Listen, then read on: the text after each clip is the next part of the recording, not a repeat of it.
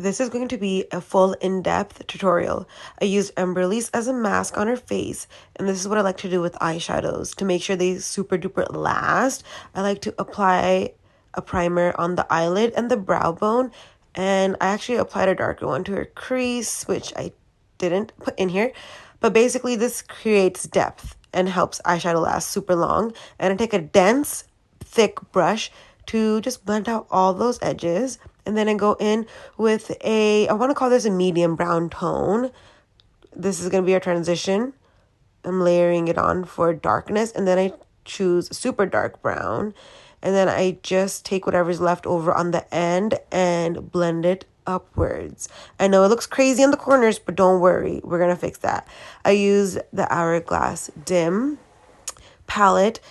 So this is for your face, but I love this little glow it gives. So you want to choose a glowy shadow that kind of matches your skin tone.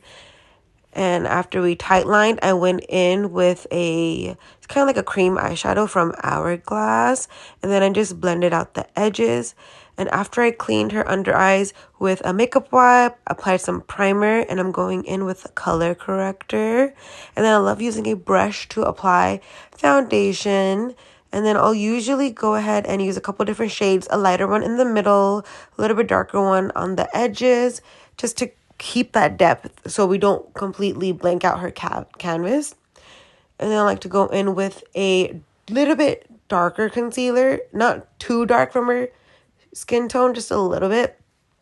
And then I add a cream blush on top of that. And then I usually go in with a cream bronzer around the whole perimeter of her face. Sometimes I do this with foundation as well, but I decided to do it with a cream bronzer. And I like to use a beauty blender to blend everything out.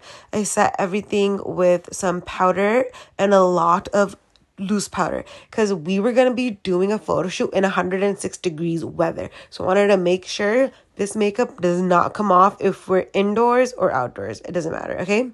And then I set her entire face with a compact powder after I set it with loose powder. And now I'm going in with some bronzing. We want to keep the depth because we don't want her to look hella pale.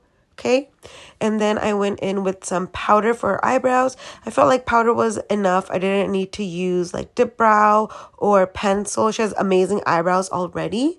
So I just kind of kept the shape, just filled them in a little bit more. And I already applied mascara at this point.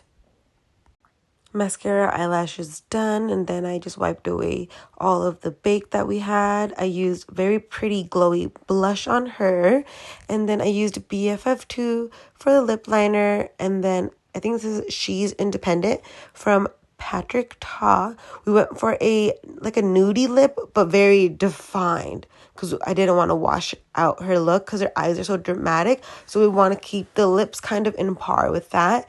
Finished it off with some Dior Highlighter and Charlotte Tilbury's brightening powder. Absolutely love this product. It's so good. I used a bunch of different setting sprays because, like I said, we're going to be out in the heat. And this is how our look turned out. So pretty. A very modern reception glam.